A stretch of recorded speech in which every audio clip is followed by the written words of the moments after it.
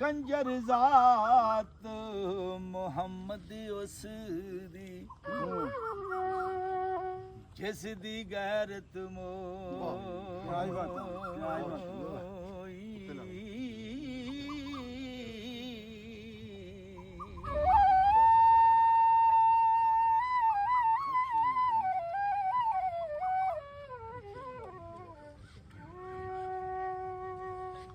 ਧੀਆਂ ਲਈ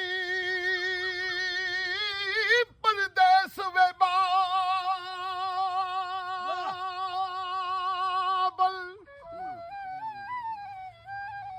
ਤੇ ਪੁੱਤਰਾਂ ਲਈ ਇਹ ਜਗੀਰਾਂ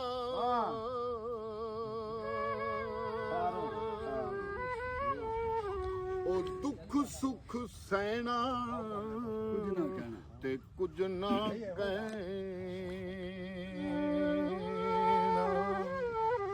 ਇਹ ਧੀਆਂ ਦੀਆਂ ਤਾਂ